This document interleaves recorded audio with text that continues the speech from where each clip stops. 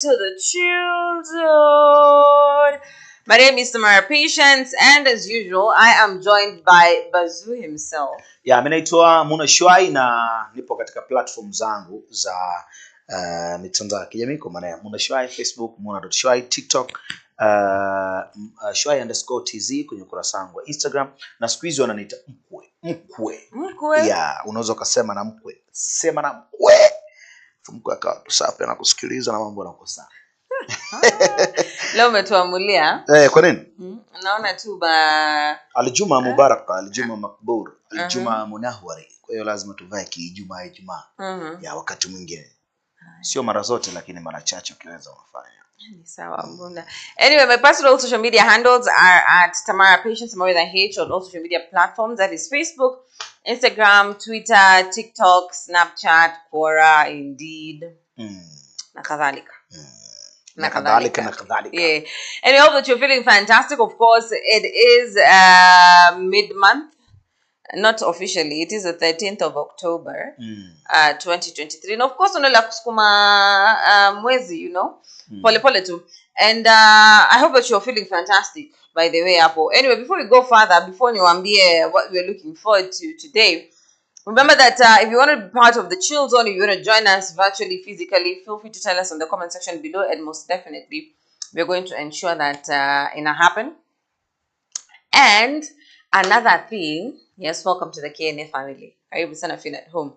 Now, ukunje, it's yani, I don't know who sang that song. I'm burning up. I'm burning up. Tena? My heart's on fire. I'm burning up. Kidogo tena inakuja. I'm burning up. Yeah. Is it Whitney Houston? If I'm not wrong. Nani? Ni Whitney Houston. Sida. Atuweze endelea show kama hatujajua kuna wifi hapa. I'm burning up. Ukiwa unaendelea kumsearch, yule jamaa aliimba ile nyimbo siku moja, ilikuwa kisa kimoja cha rafiki yetu mmoja. Nilipoanza kusikia hii nyimbo. Rafiki yetu mmoja siku moja ndipo baada ya kuanza kuipenda pia hii nyimbo. Endelea kuitafuta. Ushapata jibu? Nishapata jibu. Unaona nimejeka kofi kwa sababu ya hiyo. Nikakwambia inawezekana kwa wewe. Siku moja ilikuwa tupo kwenye swimming pool party. Sasa yule jamaa alikuwa ameogelea, tunaenda kuogelea kuswim. Ameogelea, baadaye akaanza ngoja nikaotejua. Ushaelewa? Akawa ametoka nje ya ile swim kwenye pool, katoka nje ya pool. Anaitwa jamaa anaitwa Gaula, Erisha Gaula. Alipotoka kwenye ile swim, bahati mbaya alikuwa ameteleza. Alipoteleza yule jamaa anajua sana sarakasi. Alipoteleza tukaona kama karuka, kumbe alidondoka kweli. Sasa alipodondoka kama akajilaza. Sasa kwa mwenetu vipi, mbona unataka kutuonyesha masarakasi mpaka kwenye pool? Jamaa akasema mimi nimeumia. Sasa katika kuumia tukaenda kumwangalia, kweli mshajigoti kama aliumia kidogo, tukamchukua tukamweka pembeni kidogo ili apate jua na kidogo hapo sio kuumia serious, unajua Sasa kuna namna ambavyo unafahamu umekaa kwenye jua muda mrefu. Ukikaa kwenye jua kama dakika 2 dakika 3, kuna namna fulani unaisikia ukitoka kwenye maji umekaa kwenye jua, kuna namna unajisikia. Sasa tulikuwa na radio cha bluetooth. Sasa pale ilikuwa ni zamu kwa zamu, ana play huyu. Sasa alipotoka hivi ana play nyimbo zake. Baadaye akaipiga hiyo. Alivyoipiga hiyo, yani imeanza na mzuka wewe tena karudi kwenye maji. Basi ukasema vipi tena Gaula, imekwaje? Ulikuwa unaumia huko nje? Baadaye mimi nikawa naisikiza ile nyimbo, lakini ile nyimbo ilivyokuwa na play kuna namna fulani ilikuwa inanileta kwenye hisia fulani tofauti. Kwa hiyo nikajisikia raha na amani ya moyo. Lakini ile nyimbo kila inavyopigwa na kila ninavyoikumbuka, basi namkumbuka King Gaula, Elisha Tinito Gaula. Mtu mmoja hatari sana huyo jamaa. Hatari. Mambo story yangu ishi hapo, endelea kesho. Oh yes, most definitely. Why am I slapping myself? It's because I have failed as an African. And you know, I just remembered when I was a kid, I was listening to your album yake, you know. And I used to love this song so much. I'm burning up. I'm burning up. My heart's on fire. I'm burning. I didn't even know the meaning back then because it was love kind of song, you know. But anyway, I'm saying that because it's so freaking hot. El Nino is coming, or the rains are coming. Better yet, but Met Department imesema we be patient. Yeah. Inatakiwa Kwa inakuja tuwe wapole, you know. Tuwe wapole, lakini pia tuwe makini. Oh yes, you have to be cautious as well. Hey, but it guys. Ama tumeanza kulipia dhambi mapema. Inawezekana pia. Adhabu zingine ziko hapa duniani. Adhabu zingine tunapigwa hapa duniani. Nakwambia, it's so freaking hot. It's so hot. But anyway, as usual, they just urging you, since they say that El Nino is coming, the heavy rains are coming, to just prepare early in advance, you know. Sure. Mwanza kujipanga mapema. Anyway, aside from music, I have a question for Muna Shwai today. Are you ready? Welcome, Dida. Are you ready? I'm ready. So when, of course, later on you're going to be talking about things or what you should actually consider or look for or look at when you're choosing a life partner or a romantic partner. But before that, Muna Shwai, I was reading an interesting article this morning, na nikona swali moja nikasema lazima nije nimuulize Muna. Which comes first, love or money? Which comes first for me? Yeah. It's love, by the way. Yeah, love. Why choose love over money? I choose love because I mean love. I don't mean loving somebody like a girl or whatever. That's what I'm talking about. You know, when you have that love, when you have that heart of loving somebody or loving something, it's like money comes later. You understand me? Yeah. So unavozungumzia upendo, sawa baadaye kwenye upendo inatengenezwa pesa, by the way. Trust me. Kwa sababu when you love doing your job kwa mfano, ushaelewa, itakuja kutengenezea baadaye kupata fedha. So when you love somebody who is having the same thing which what you're doing, kwa mfano mimi napenda kutangaza. Sawa, ninavyokuwa nampenda mtu fulani napenda kutangaza, maana yake nitafuata misingi yake, nitafuata zile taratibu zake, mwisho siku inaweza nikawa kama yeye au nikampita yeye, si ndio? Sasa pale utaona kumbe mwenzako alikuwa anatengeneza fedha kupitia kitu fulani. Utafuata ile misingi, maana yake utatengeneza fedha kupitia misingi hiyo. Hali kadhalika ukiwa unakipenda kitu, maana yake utakifanyia kwa juhudi, bidii. Kwa hiyo utakapofanya kwa juhudi na bidii, maana yake ni kwamba utapata mafanikio mbele ya hicho kitu. Na siku zote mafanikio yanatokana pia na fedha, yanatokana na pesa. Amefanikiwa katika kazi, maana yake atapata pesa nzuri. Amefanikiwa katika elimu, maana yake baada ya elimu tunajua anaweza kalipwa vizuri kwenye kazi fulani ndio stuff. So mimi napenda sana love and then baadaye pesa. And pesa inafuata baada ya love. Aya, na katika mahusiano what comes first? Do you pick love then money or money then love? Katika mahusiano no, itabaki kwa love tu. Kwa sababu sijawahi kudate na mwanamke mwenye pesa kunizidi, labda uko na pesa nyingi au unamaanisha kwamba like okay, priority yangu hapa kwenye pesa au mapenzi. Unajua Tamara, swali lako zuri after kama jina lako. Swali lako zuri after. Unajua nikwambie mapenzi yapo. Sawa na mtu akishaanza jibu hivyo no, I don't think that. Mapenzi hapo lakini ila unaona fedha inatengeneza mapenzi pia. Facts. Ushanielewa Kwa hiyo kwenye mapenzi inatakiwa angaliwe huyu mwanamke ambaye anashiriki kwenye hili tendo. Inaweza kitangulia hela hapo kidogo. Inaweza kitangulia hela ili mtengeneze ile mchumba. Kwa hivyo ni pesa kisha mahusiano. Katika mahusiano. Katika mahusiano it's money first then love. No, sijasema. Ndio basi ndio mimi nimekuuliza swali simple. Okay, nenda straight kwenye mahusiano. When it comes to relationship, romantic relationships, do you prioritize money then love or love then money? In my side, nitakavyoingia kwenye mahusiano, nitakavyogusa hiyo engo ya mahusiano, maana direct nitagusa mahusiano yangu na mpenzi wangu, si ndio? Naam. Sasa siwezi kuweka fedha hapo. Ngoja nianze yeye alafu itafuata fedha. Kwa mara nyingine tena. Natupa karata hiyo. Ataanza yeye alafu itafuata fedha. So saizi upigiwe simu mwambie Munashwai, we have come sign a 3 million contract for example.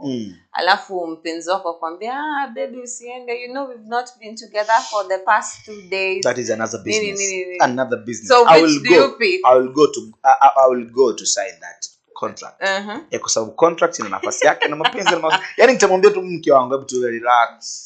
Naenda kusign contract ambayo kesho na kupeleka somewhere ukale baga. Wewe usome sana. Mpenzi wako kwa mimi I'm trying to paint scenarios for you. That's why I was telling you just be strict. Baby wako akwambie baby wangu anaambia it's me or your job. Choose one. I will choose her kwenye mapenzi yetu. I will choose my job kwenye kazi yetu. Listen to me very carefully. No, I've given you 2 options. Iko nafasi yake ujue kwenye mapenzi yetu. Na iko kazi of course lazima yeye ale. Ndio kazi. Sasa nitamwambia hilo swali unaniuliza ukiwa umelala au uko macho. Akiniambia niko macho nimeamka nimwambia sasa nitakiwa ule. Unakula nini? Tunakula mapenzi, unakula hela au unakula kazi? Kwa lazima atachoka. Anaenda kwanza kazini baby tukacheka. Yeye mwenyewe ana akili hawezi kuuliza swali. Lakini ikitokea nitamwelekeza vizuri ataelewa. Hebu nilete kwenye mtego afu sitegeke, hebu nilete kwenye vizuri. Naona kama natoka kwenye mtego wako. Hapana. Au utanipatia a direct answer, lakini unajua kwa sababu unajua ni mtu unapenda stories za mapenzi generally too for everything like you have love for stuff, you know, as well as people. So by the way napenda kazi pia. Kwa hiyo itakuwa ngumu. Unajua kazi bwana ni kitu kinachotengeneza mahusiano yao ni strong. Sababu nikikaa tu pale nyumbani bila kazi and then yeye anaona shida ni ipo and then hanioni kishughulisha tunaona huyu jamaa vipi, mbona zumbumbu? Ushaelewa Kwa hiyo ili kuonekana ili uweze kuboresha familia yako, kufanya vitu vizuri, virun sawa katika nafasi yake, have to go and work plus muda wetu utakapofika maba ndindi kama kawaida. Most definitely. Unajua umesema hivyo ngakumbuka I'm actually smiling because there's this one rule katika maisha ya kwamba wacha niki kama kwa wanaume but it also applies to women, you know. Bibi wa kwanza awe pesa, bibi wa pili awe pesa, bibi wa tatu awe pesa, tena bibi wa 4 ndio anaweza kuwa mapenzi. Same applies to men. Bwana wa kwanza awe pesa, bwana wa pili awe pesa, bwana wa tatu awe pesa, alafu wande huyo mwingine. Lakini kwangu mimi na wewe Muna leo najua ni kama tuko divorced, lakini ni kwa muda tu. Sijui kama umeelewa. We are very much divorced but we'll be back in the game. Sure. Unajua? Sure. Najua ujarada. Nimekuelewa, nimerada. But anyway, kwa sababu lazima tukatae haya mambo. Lazima wajue kwamba tuko katika wakati gani. Au unamaanisha divorce deep. Yaani hapa sasa hizi hapa tunaweza tukajikuta dakika hii tayari shako pembeni. Sababu tunachagua kwanza kazi, afu baada ya hapo wanafuata, ndio? Oh yes. That one later. Hiyo style yako yenyewe inaitwaje? Muna hata usiniingilie. Kali sana. Kali sana. Naitwa Tamara. Sema huyu dada jamani huyu ana vipaji vingi huyu. Tamara style. Ngoja kuelezea siku nyingine hiyo story. Tuanze kuingilia style. Anyway, so since tumejua sasa of course what you probably prioritize between money and love, of which both are actually good things, you know, beautiful things. Money is beautiful, love is so beautiful, but your balance muhimu, you know. Sure. Balance is very, very important. But at the end of the day, you know, everything is sponsored courtesy of because you kunje ukitaka anything, by the way, you know, like you need money. It doesn't have to be a lot of money, but you need money, you know, in order to survive, in order to ensure that things are running, in order to ensure that even you yourself are fed, are clothed, and all that. So na hii jua kali, of course we are headed to December. Unajua December inakuanga wedding seasons, hii season ya bar inakuanga, I think is it the summer bunnies season. Summer bunnies are going to be coming over through December. Yani wale walienda majuu sasa mabebi wetu waje kututembelea huko nyumbani. Ndio December this season November December. Kwa hiyo by the way itakuwa basi ni kitu okay sahihi. So na ndio mwezi mzuri sana wa kusafiri pia. Yeah. And then also, as I said, of course, you know, your loved ones are coming back and all that. Probably you're going to get wedded, you know, get married, not married. Probably unaenda kufanya harusi, you know. Probably you plan ulijambia mwaka ishi kama sina dem ama mwaka ishi kama sina boy na get kama si boy kama sina mans you know. So ni vitu gani like unaangalianga when you're going to choose like your romantic partner? Najua kwa sababu if for example like when I was choosing this phone for example like niliangalia camera quality for example, stability of battery for example, how it looks like even too from the outside, you know, performance yake pia, you know, definitely from other people and all that, the longevity of the phone and all that, kama inageukanga ikuwe pasi after 1 year and all that, you know. Like that is what I looked for, you know. So in my head I know that this phone is going to serve me for the next 2 years. You know, or the next 3 years. So it's just the same thing when you're going to pick like for example like shades hizi miwani kama za Muna lizonazo, you know. You ask yourself a couple of questions, you know. First of all, does it fit me? Is it going to serve me? Is it quality? They're perfect. Yes. You know, does it suit my face shape? Unajua hizo vitu zote, like kuna zile vitu naangalia. So what about when it comes to the choice of who you're going to be talking to on the phone all the time, who you're going to be want to probably spend the rest of your life with, who you're going to share a bed with as well, you know.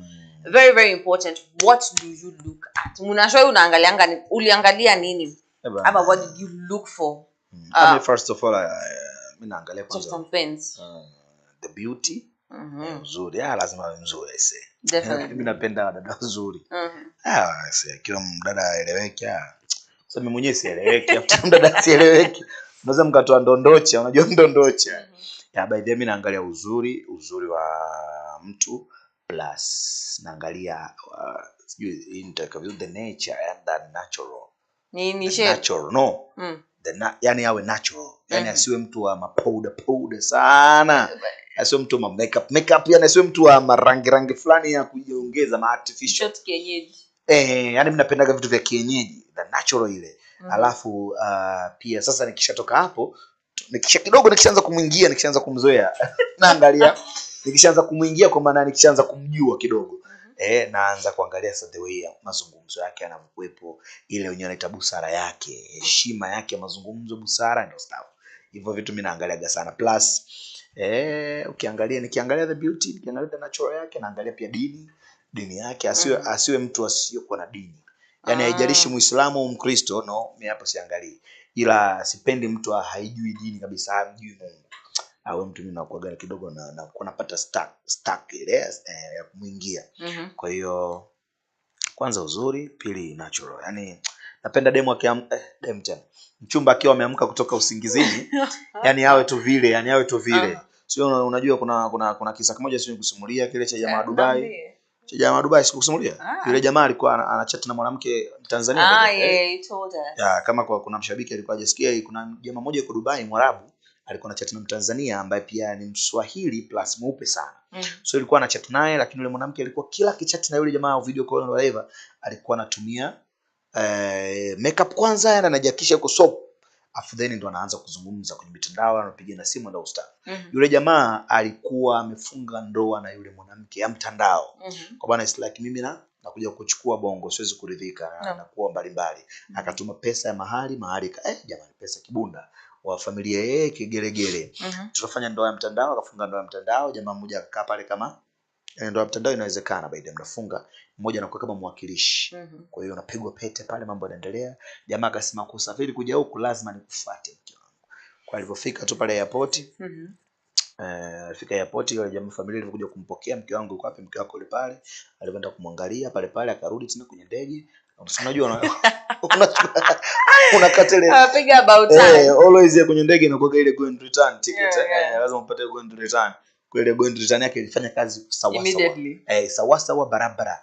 Kwa alikuja pale akaangalia familia safi, tumesalimiana, okay mke wangu mke wako yupo pale, kaenda kusalimiana, okay mke wangu ndio wewe Aisha, basi sawa. Pale go and return karudi, kama akarudi zake Dubai. Mambo ya makeup haya. Kwa hiyo mimi napenda ile kitu kiamka asubuhi unaiona ile ya jana ile. Alafu unajua wanawake natural wanakuwa safi sana. Wanakuwa safi sana. Kwa hiyo penda sana quality haipungui pale. Quality no quantity. Unashua. Acha tungoje kuja harusi tujione. Hapana, kile kitu sio unajua. Unajua kitu kimoja? Yule na mtoto pia. black beauty. Picha linaanza. Sio. Ubeauty wake sio machoni kwenu. Ubeauty wake utabaki kwa machoni kwangu. Kwa sababu yule mtoto sio mbaya. Hamna hata usiendelee Ni mzuri kwa kwangu mimi. Kwa hiyo mimi hichi ninachokwambia ndo nimekiona kwake. Yaani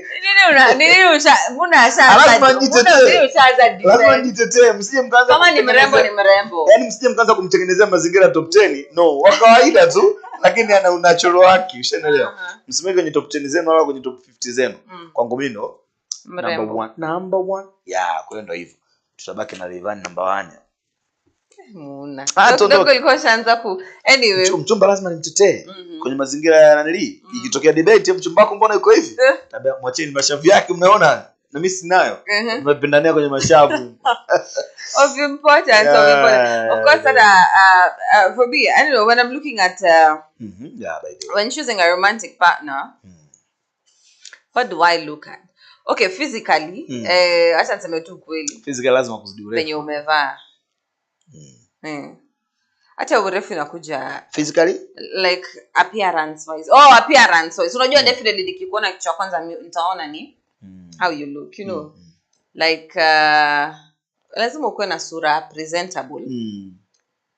Not too handsome. Not ugly. Umeget hiyo? Yaani usikue mzuri sana, sio mbaya. Yaani bora naweza produce kwa watu wanaweza tembea. Na naweza tembea na wewe. Ni sawa. Yaani wewe. But I know I've had like cute men, very very cute handsome men. I understand. Kuna tu baby face mahali. Yeah, it's cute men, you know. Yeah, but in my head I'm just like, bro, isende chini ya hiyo.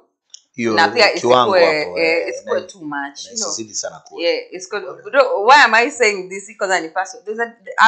I've dated like one very very very handsome man. You know. Ule mpaka wakati ambapo tuliachana tukakosana kaza kujiuliza sasa next atakuwa aje. You know, because you have to upgrade. You don't downgrade. Nitaweka wapi? Unajua, I was like, so who is going to come in next? You know, because 100% sure game is rudi chini. Yeah, of course. Na inatakiwa iwe hivyo always. Yeah, but anyway, japo wakati mwingine tuangalie. Unaweza kukutana na mtu mmoja mkali. Afu katamani bora naweza toka na wewe nje. Yeah, of importance, you know. Kuna kitu ulijifunza pale kuagana. I think some of the things nilikuwa naangalia in a romantic partner, for example, like 4-5 years ago, is very different from now, you know. Yeah, sure, but as usual, first thing appearance, you know. Second thing, man, I'm a very tall person. You know, tall, and I'm 5'7". But that is tall. And I have a problem when men who are way shorter than me kunikatia. You know, I have no problem unaweza nikatia, yes, after all it's a freedom of whatever you want to do. Yeah, sure. But the issue is now getting into a relationship with you. You know, because you know how tricky it is when you're talking to me and I have to look at you like this. You know, not that I have a problem with short men. Of course, I've dated men who are shorter than me before. Yeah, sure. But it has always been ish, because kwanza inabamanyana na insecurities zangu, you know, because I'm tall. Udada huyo jamani, mbele ya kamera udada mwangalieni. Udada wewe siku ndakuja kutengeneza risala. Wewe sitaki kuongea. Tuongea nyuma ya kamera. Unikumbushe. Ni sawa, like I'm tall. Can I wear heels with you? You know, hata kama ni 2 inches. You know. And unajua naweza vaa be 2 inches but taller, but as long as you have money it's okay, you can be short, it's okay. Anyway, that's a joke by the way. It's a joke, lakini napendaga sana. It's a joke. It's a serious joke. Mimi napendaga sana nili yako, napendaga sana ile msimamo wako. Wewe una msimamo sana. Na watu kama nyinyi huaga mu fake. Unajua kuna watu fake kwa sababu gani? Unikwambia kuna watu fake wa mtindo upi? Watu fake wanakuaga ile mimi hapana pesa. Iweke hapo. Wewe sema pesa. Yeah, it's there. Pesa tuondoke. Most definitely. Sio mimi pesa. Yeah. Nini? Kipewa kibunda hapa unaanza kuitafuta quiver. Staki basi. Tuendelee. Anyway, yeah, so appearance wise, even like of course you have to look good. And emphasis on presentable. You know, yeah, I cannot handle a very handsome man. You know. Presentable, you have to dress well, of course. Na unavozungumzia ku dress well, Tamara, unamaanisha awe vipi? Awe anavaa vaje? Kwa sababu kuna watu wengine wanaweza kuwa handsome, wanaweza kuwa presentable lakini akakuangusha kwenye mavazi. Anakuwa mtu wa masuti, mtu wa makanzu, kumbe wewe upende hivyo. No. What I mean by someone who dresses well is you know how to dress, and you know how to pair up things, you know. You can be a suit guy. Unajua kuna ule mtu mwenye hata akivaa nguo za kushinda nyumbani anapendeza. They still look good. That is another angle now. You know, that is another angle. So I'm like, whether you're a suits person, whether ni kanzu, whether you if you're wearing a kanzu, for example, with a kanzu, you wear it in a nice way, you know. By the indicator, look at you and I'm like, awe nadhifu. That is my man. Apendeze. You know. Yeah. That's good. Hivi mtu gani akiwa akivaa basi anakuwa amevaa vibaya kwa upande wako? Inaweza kansoliwa nikisema, lakini unaona watu wanavanga trousers hazijafika chini kwa mguu. Yeah. Alafu wanazikunja in some weird way. Alafu wanavaa na kuna hizo, there's that bit.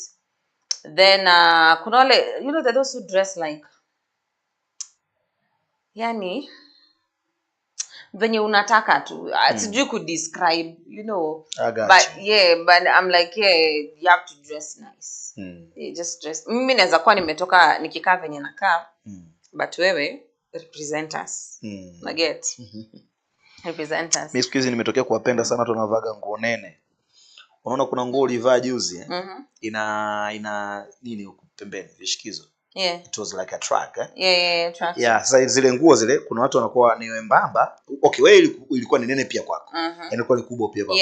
Nilipenda sana that style. Lakini pia kuna watu wengine ni wembamba tu. It's like anavaa na nguo nene kama ile. Sijui kwa nini naona zinanifurahisha sana. Yeah, they look so good. Zinakaa vizuri sana. Vizuri sana, napenda sana. The palazzos, the mommy jeans and all that, they look really good, you know. But learn how to dress. You don't have to be rich to dress, you know. Hata wewe nimejiambia hiyo in means. Now when you get into other things, I look at brains when choosing a partner. Mimi I am yani it's personal, but also I'm like you should also look at that when you're choosing a partner. Lazima awe mtu mwenye ako na akili. It's personal, but lakini lazima. Na hiyo akili lazima ikuwe nyingi kushinda yangu. You know, because number one, I know I'm smart, so you have to be smarter. That's true. Lazima kuwe na ile a challenge. You know, if I'm iron, you're iron. This someone said iron sharpens iron. You know, akili, and by akili I mean how do you speak? How do you handle issues? Unajua, yani how do you do your things? Unaget? It's very, very important because I cannot handle a stupid person. You know, a stupid friend I can handle, you know, but here you're my lover. When I come to you, for example, with an issue, when I come to you and I want us to solve something, when I come to you with an idea, when I come to you with something that needs to be discussed, you know, if here is empty, and it's so easy kumdescribe na kumjua baby hata wiki moja haipiti ndio huyu ana akili ya. It's easy labda to pretend. Most definitely. Labda pretend. But mtu hawezi pretend that hauna akili. Baby yangu atakuwa amenizidi kweli. Na nauliza baby yangu atakuwa amenizidi kweli asidhani. Wewe anaitokea. No, but labda asaidiwe na AI. Ni umedharau. No. Namaanisha labda artificial intelligence msaidie. Yaani kunizidi, mimi sipendi kuzijua akili na mwanangu. But niko sure she's smart in her. There's something she's really good at. She's smart na ila anasema sitaki anizidi. Na kama ananizidi anajijua, kama ananizidi na usinizidi. Ana akili, of course, ana akili. Na moja ya kitu ambacho najisikia sana vibaya. Sio najisikia vizuri, na sio vibaya kwa ubaya. Unajua kuna kujisikia vibaya kwa maendeleo. Haya, unashaya na gari jamani. Ngoja next year. That is not ubaya. Na unakuwa unataka ustruggle na upate ile gari. Mchumba wangu mimi ananizidi kitu kimoja ambacho is like hichi kitu lazima ni struggle on it. Qur'ani. Anasoma sana Qur'ani. Sasa hii kitu hii lazima nitapambania. Na mtu anasoma Qur'an, obvious sisi tunasomaga sisi Islam. Mtu anasoma Qur'an, anajua elimu ya Qur'an, anakuwa na akili.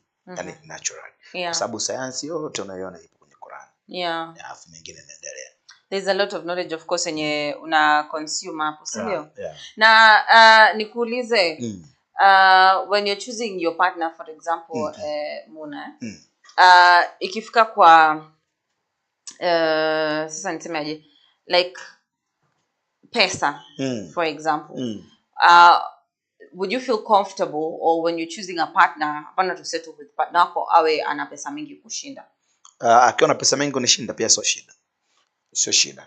Akiwa na pesa mingi kunishinda sio shida, kwa sababu najua akiruhusu niingie kwenye mahusiano yake baada ya yeye kumkuta na pesa nyingi, baada ya miezi 6 nitakuwa na robo au nusu pesa zake. Trust me. Kujituma, it's like a challenge, you know. Kujituma plus kutengeneza mipango rafiki ya kuchukua zile pesa zake kuendeleza. Listen to me very careful. It's not in a bad way that like you nichukue ni even ile no. Yani baby, unajua nikwambia kitu kimoja. Huu mradi unaofanya ni mzuri sana. Unajua tunaoboreshaje huu mradi? Tutengeneze branches. These branches babe, listen to me. Tutazifanya katika tofauti kidogo. Yani lazima nitatengenezea plans ambazo lazima inge king na king najua kwenye mradi kuna share na unanuka naye. Yani after 6 months, yani nusu mwaka, lazima kama sio asipokuwa makini nusu. Asipokuwa makini, akiwa makini basi itakuwa robo ya uwezo wake ule nitakuwa nimeufikia. Yani lazima mule robo ya uwezo wake nitakuwa nimeufikia, plus hajui huyu mnashoya anatelezaje. Mimi nataka nikuulize wewe, unaangaliaga color pia? Color? I really have no issue with the skin color. Awe brown, awe black, awe nini safi, si ndio? Yeah. Ila akiwa nini zaidi unapenda zaidi? Imagine I don't know. I have no issue with color. Have I had I've had dark romantic partners. By the way, sio kubaya, sio racism, lakini kuna watu wengine wanapendaga udongo wa maka, na kuzungumza udongo wa maka wale watu brown kabisa. Kuna watu wengine wanapendaga watu black like that. So smile hilo. You know, let me tell you. Bora kuna sura na watu watokea wakiwa wazuri. Tunaanzia hapo kutafuta ile nini kule. Umeangalia umesmile M-Pesa, sitaki masiala. M-Pesa sitaki masiala. Nilisema hapa sasa we are no longer divorced. Okay. With my first husband. Yeah. So I don't think color is I've never had an issue with color. Yeah, I've never had an issue with color. Yeah, black, white, red, yellow, green. Bro, as long as gonna sura na zile other things that I want. Kipindi cha ujana wako ushatamani tamara kwamba it's like nimeshaluka na huyu, natamani niluke na mtu huyu. Enza ujana wako. Bado. Sasa tushakuwa. Mimi nilianza ujana wangu wa kurukaruka nikiwa 18 sasa. Yani isha kutokea kwamba ukasema nimeruka na huyu. Nimeruka na mfupi mnene. Nimeruka na mrefu mwembamba. Nimeruka na black. Sasa nataka mtu fulani. Ushatamani kitu? Ushatokea? Let me tell you a funny story, so back when I was starting university, I used to be so much into skinny guys. Like wanaume wembamba. You know, I used to be like what I need to obsession. You know, so I was ndani, you know, skinny dudes, tall skinny dudes, you know, those guys who are wanavaa jeans unaweza vuruta itoke na mguu, you know, kwa sababu of how tight is, tall, handsome, skinny dudes who knew how to dress, you know. And I was so obsessed to an extent that in my future I never ever saw myself dating someone who is bigger, you know. Yeah, and then I also used to feel good because you know me, I'm like thickish, you know. I used to feel good like walking next to someone who is slender, you know, like obviously, you know, like that inaendanga vizuri, you know. So the first time I remember nilikaa chini hivi nikakatiwa na a guy who is medium. Na kona kakitambi kadogo. Nilikaa chini. Kakufutia simu. Unajua simu ikiwa na kidogo. Yeah, eba. Magonga ndipo, Kitabu exactly. fulani hivi, Yeah. yes, So yes. it was a very, but then it was, guys, it was a very weird, thing because I had to take time.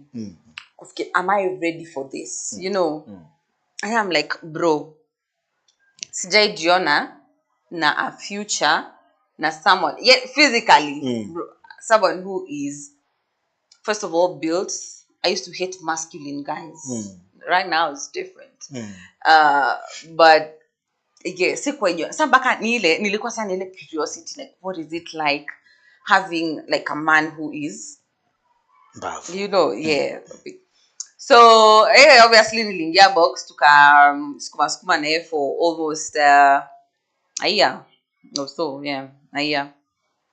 And ilikuwa ile curiosity ya nataka kujua unajua nishazoea like guza six pack na nini sasa unapata pilo, you know, yeah, pilo ya kuogelea kwa kichwa, ukifanyia hivi mtu tumbo tunaitaga mikate ya buffalo, kati ya buffalo kanafinyika you know, it was actually very, very interesting. And then now later on nikakuwa curious, so I went I like a bigger guy now, you know, like a bigger guy. And yeah, it was kuna hiyo curiosity yeah, I've tried like having a boyfriend who is, or a man who is this way. So now how about a built one, you know? I think your curiosity nakujango. I think the only curiosity I'm left with in my head is about dating a white man. Yeah, I'd really love to date a white man. Yeah, but muda unasonga, kwa hivyo kama uko hapa na uko na pesa kwa DM, yeah, I'm joking. But yeah, but obviously unajua huku nje tukiangalia, we look at physical appearance, of course, is very, very important, you know. But most people, you look at the physical appearance, and then when you get into the game, things change, you know. Yeah, sure. An important thing, of course, to monge a lot about money out here. But I believe that when you're choosing a romantic partner, you're supposed to also know their spending habits, you know, and how they handle money, you know. Why am I saying this? Because especially if you're a man, you know, like once umepata mdem, for example, you have to spend. Sure. You know, if it's your girlfriend, let's say she wants to do her nails done, she wants her hair done, she wants this, that you can do.